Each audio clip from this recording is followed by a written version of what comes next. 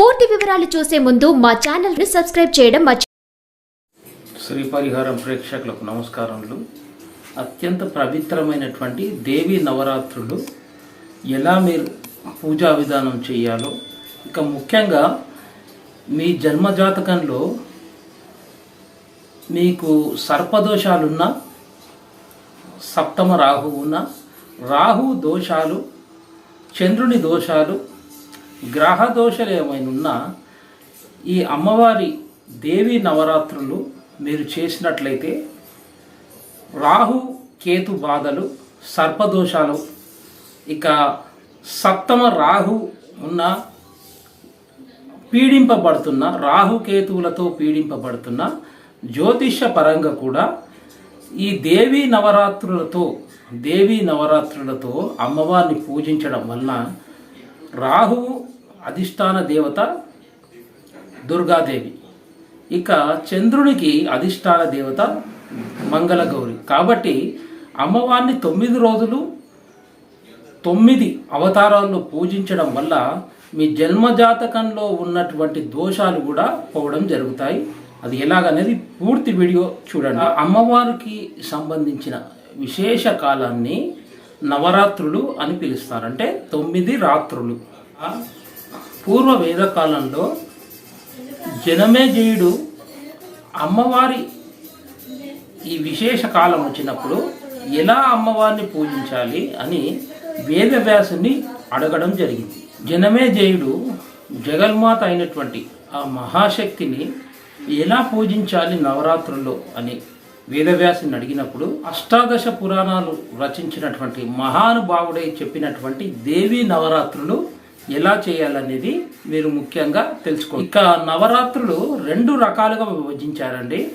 ఒకటి వసంత నవరాత్రులు, 2 శరన్నవరాత్రులు. చైత్రమాసంలో శుక్లపక్ష పాడ్యమి మొదలుకొని ఇక నవమి వరకు వసంత నవరాత్రులని పిలువబడతాయి.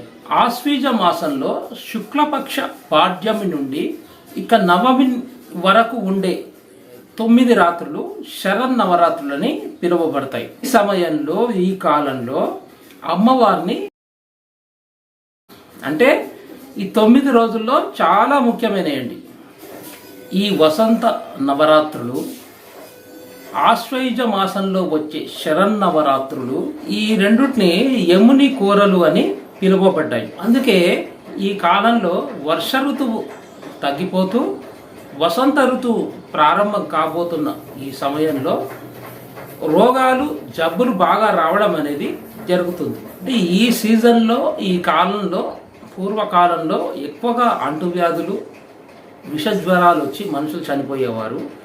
అందుకే ఒక యాంటీబయాటిక్ లాగా అమ్మవారి శరన్నవరాత్రులు ఈ సమయంలో ప్రారంభం చేశారు. అమ్మవారు శరన్నవరాత్రులు 9 రాత్రులు మీరు భక్తి శ్రద్ధలతో చేసినట్లయితే ఇలాంటి ప్రమాదాల నుంచి మీరు తప్పించుకోవచ్చు. మీరు శరత్కాలంలో అమ్మవారి పూజ ఎలా చేయాలనేవారు, మీరు ఎలా చేయాలంటే అమ్మవారికి చండి, దుర్గా, భవాని, లలిత అని అమ్మవారికి సహస్రనామాలు ఉన్నాయి. ఈ నామాలతో ఏదో ఒక నామంతో ఇంట్లో మనము అర్చన చేసుకోవడం చాలా మంచిది. కొందరు చండీ రూపంలో అమ్మవారిని ఇంట్లో కొలవడం, మరికొందరు దుర్గా రూపంలో కొలుస్తారు.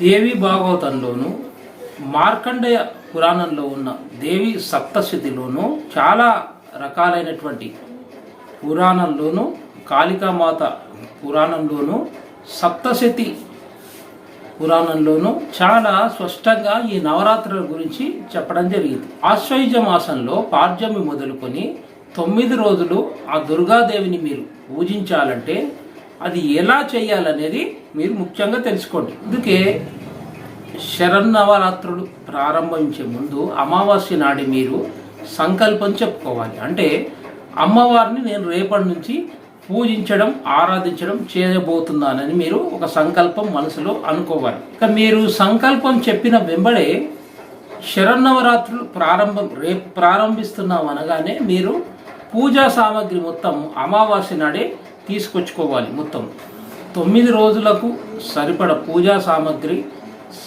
సమకూర్చుకొని పువ్వులు, తాజా పువ్వులు అప్పుడు మాత్రమే తెచ్చుకొని చెట్లు మీరు చేసుకోవాలి. అయితే రేపు నేను శరన్నవరాత్రులు ప్రారంభిస్తున్నాను అనే ఒక మనసులో ఒక సంకల్పం అమ్మవారికి చెప్పుకోవాలి. చాలా ముఖ్యంగా రేపు మీరు దేవి శరన్నవరాత్రులు ప్రారంభించే ముందు అమావాస్య నాడు ఆ రోజు మీరు ఏకభక్తులై, అంటే ఆవు నెయ్యితో మాత్రమే చేసిన అన్నం మాత్రమే తినాలి.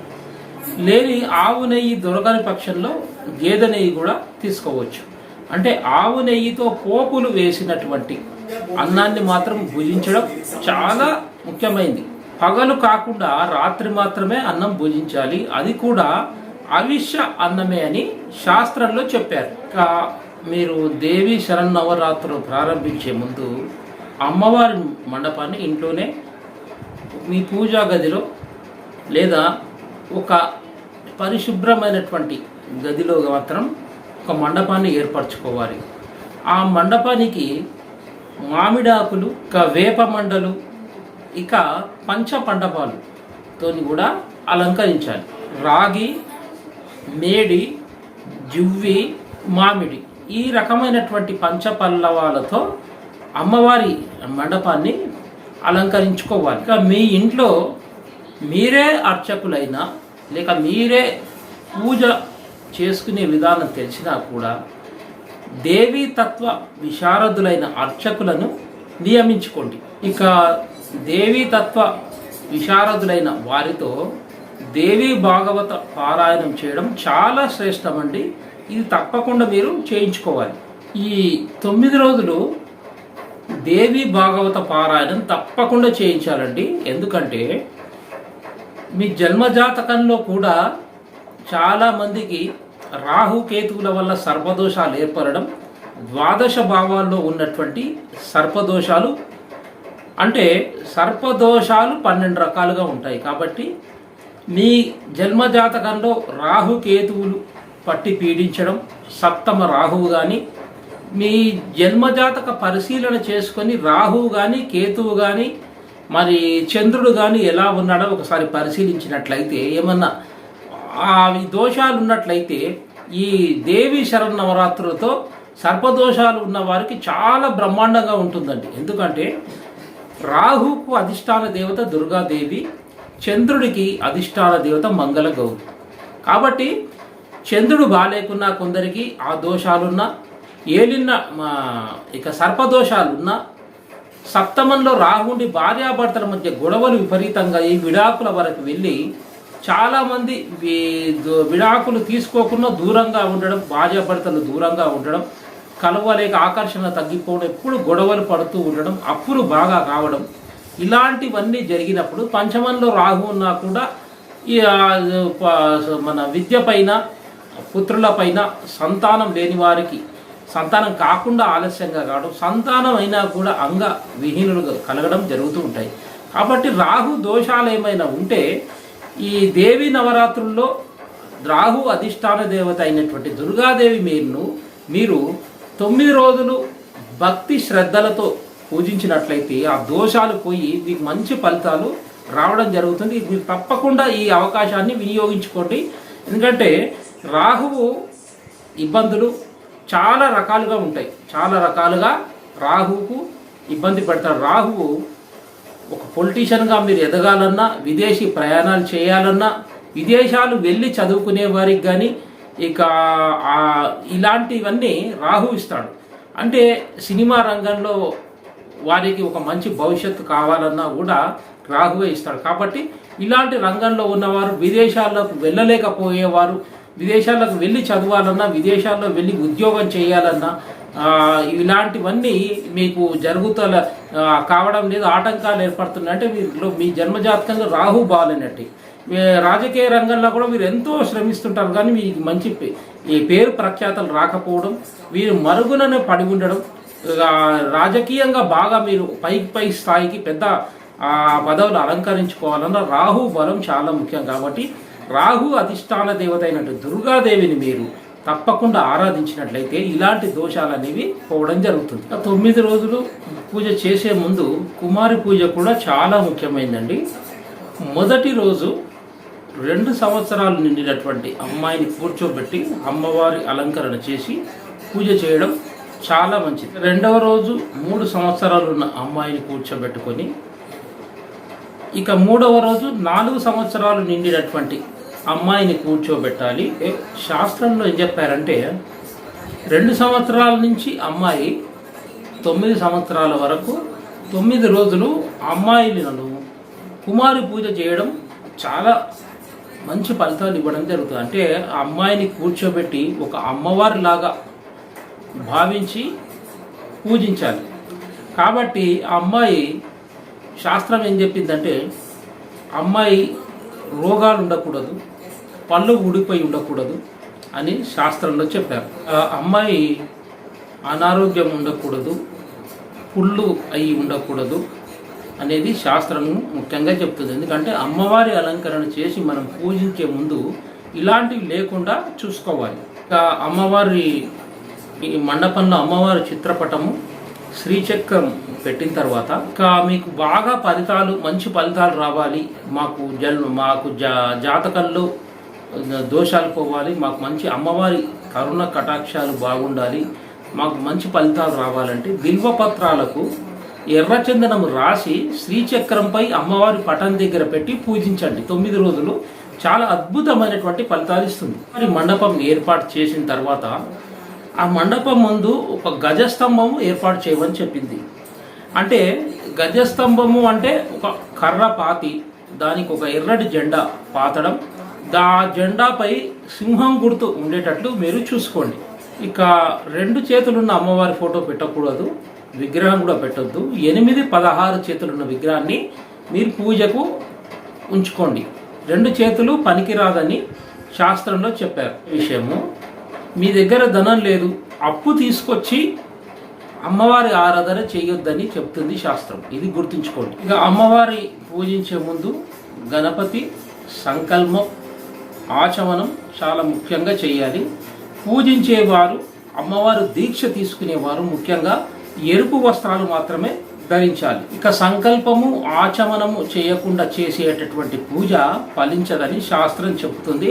ముఖ్యంగా మీరు ఈ గుర్తుంచుకోండి. ఇక మొదటి రోజు బాలా త్రిపుర సుందరి దేవి ఆరాధన చేయాలి. ఇక ఈ అమ్మవారు ఆయుష్ను పెంచడం, మంచి జ్ఞానాన్ని ఇవ్వడం చేస్తుందని శాస్త్రంలో చెప్పారు. కుమారి పూజ చేయడం ద్వారా శత్రునాశనం కూడా చేస్తుంది. మీ జన్మజాతకంలో మీకు ఎవరైనా అల్పాయుష్ ఉంది, అష్టమం బాగా పాడైనట్లయితే బాలా త్రిపుర సుందరి దేవి ఓం నమో బాలా త్రిపుర సుందరియాయ నమః అనే ఈ మంత్ర జపం తప్పకుండా చేసుకోండి.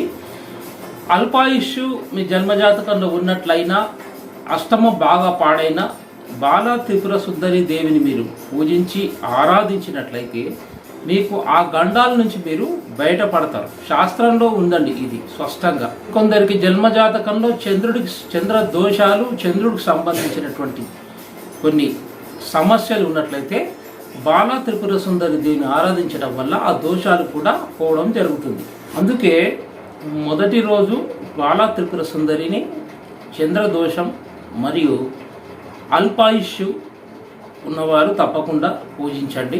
అంటే 9 రోజులు 9 అవతారాలతో అమ్మవారిని మీరు పూజించినట్లయితే మీ జన్మజాతకంలో ఉన్నటువంటి దోషాలు, రాహు పీడితులు, చంద్రుని ఈ కొన్ని దోషాలు ఉన్నట్లయితే మీకు తొలగిపోవడం అంటూ జరుగుతుంది. కాబట్టి అమ్మవారిని ముఖ్యంగా ఇప్పుడు చెప్పిన పూజా విధానంలో మీరు పూజించండి. ఇక రాహుకు అధిష్టాన దేవత దుర్గాదేవి, చంద్రుడికి అధిష్టాన దేవత మంగళగౌరి. కాబట్టి దోషాలున్న వారికి, జన్మజాతకంలో దోషాలున్న వారికి దేవి శరన్నవరాత్రులతో మీకు దోషాలు పోగొట్టుకునే ఒక మంచి అవకాశం ఉందని చెప్పడానికి వీడియో చేయడం జరిగింది. సర్వేజన సుఖినో భవంతు.